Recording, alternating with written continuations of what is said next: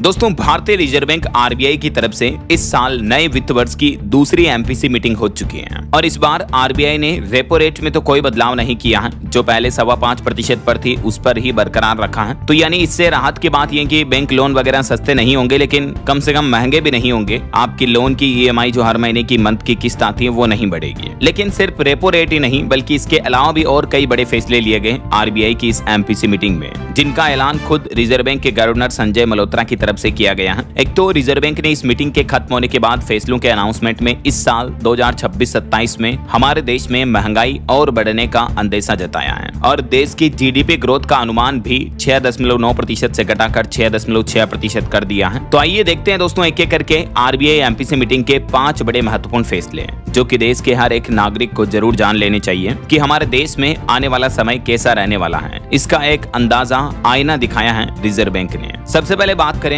Repo rate की, तो पिछले साल 2025 में रेपो रेट में रिजर्व बैंक ने 4 बार कटौती की थी और 4 बार में लगभग 1.25% तक की रेपो रेट्स घटाई थी। जो 6.5% थी उसको घटाकर 5.25% तक कर दिया था दिसंबर 2025 की लास्ट मीटिंग के दौरान। लेकिन इस साल 2026 में एक भी बार रेपो रेट में कटौती नहीं की गई है। दरअसल बात कुछ यूं है कि रेपो रेट क्या होती है और इससे बैंक लोन कैसे सस्ता होता है। तो जैसे आपको हमको बैंक से लोन मिलता है तो बैंक एक इंटरेस्ट रेट यानी ब्याज दर लेते हैं, राइट। लेकिन जरूरी तो नहीं कि बैंकों के पास सारा पैसा अवेलेबल है और उसी से हमें लोन देते हैं। बैंकों को भी अगर पैसों की जरूरत पड़ती है तो वो क्या करते हैं, फिर वो आरबीआई से बैंक लोन लेते हैं। तो आरबीआई बैंकों को जिस ब्याज दर पर लोन देता है ना, उसी रेट को रेपो रेट कहते हैं, यानी जो अभी बरकरार है 5.25%। ठीक है, यानी रिजर्व बैंक से अभी देश के अलग अलग बैंकों को 5.25% की दर से लोन मिलता है और बैंक हमें उसी लोन को कितने में बेचते हैं, 8, 9, 10, 12, 14% तक। तो ये जो बीच का डिफरेंस, रेट ऑफ डिफरेंस होता है, ये बैंकों का मेन मार्जिन होता है और इसी से बैंकों की कमाई होती है मोस्टली।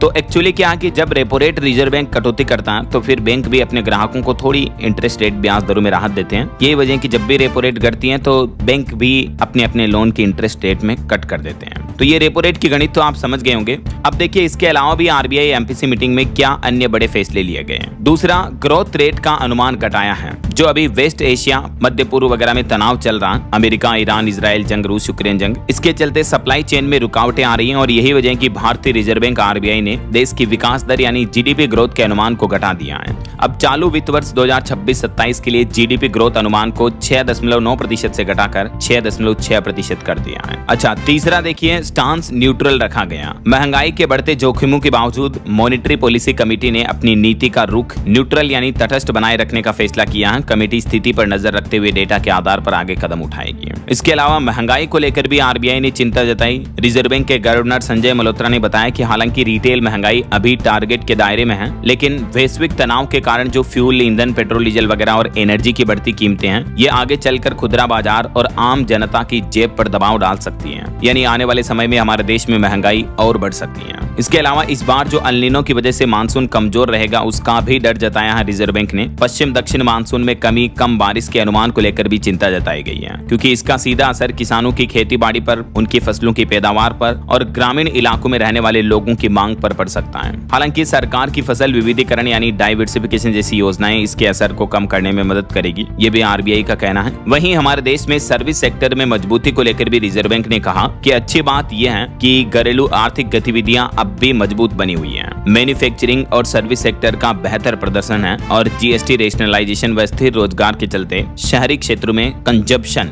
यानी खपत बढ़ रही है, इसको सहारा मिल रहा है ऐसा। और फाइनल फैसला आता है, विदेशी कैपिटल के लिए नए उपाय लगाए जाएंगे। गवर्नमेंट सिक्योरिटीज के तहत फुली एक्सेसिबल रूट एफएआर का दायरा बढ़ा दिया गया। इसमें अब 10 साल के अलावा 15, 30, 40 साल की अवधि के वाले नए सरकारी बॉन्ड्स को भी शामिल किया जाएगा। ऑल ओवर सरकार का मकसद है कि हमारे देश में फॉरेन इन्वेस्टमेंट, विदेशी निवेश को बढ़ावा दिया जाए ऐसा। और बाकी रेपो रेट वगैरह में कोई कटौती नहीं की गई। तो ये आरबीआई एमपीसी मीटिंग के आज के कुछ बड़े प्रमुख फैसले रहे। उम्मीद आपको जरूर जानने मिले होंगे। बिल्कुल जुड़े रहेगा आप मेरे साथ। डीएलएस न्यूज चैनल को सब्सक्राइब करके बेल आइकन जरूर दबा देना। रोजाना की इसी तरह की काम की खबरें, महत्वपूर्ण जानकारियां, ताजा मुख्य समाचार अपडेट्स डेली देखते रहने के लिए। और इस वीडियो को लाइक और शेयर भी जरूर कर देना। वैसे आप कौन से राज्य में रहते दोस्तों, आपके राज्य का नाम मुझे नीचे कमेंट करके बताइएगा। जय हिंद, जय भारत, वंदे मातरम।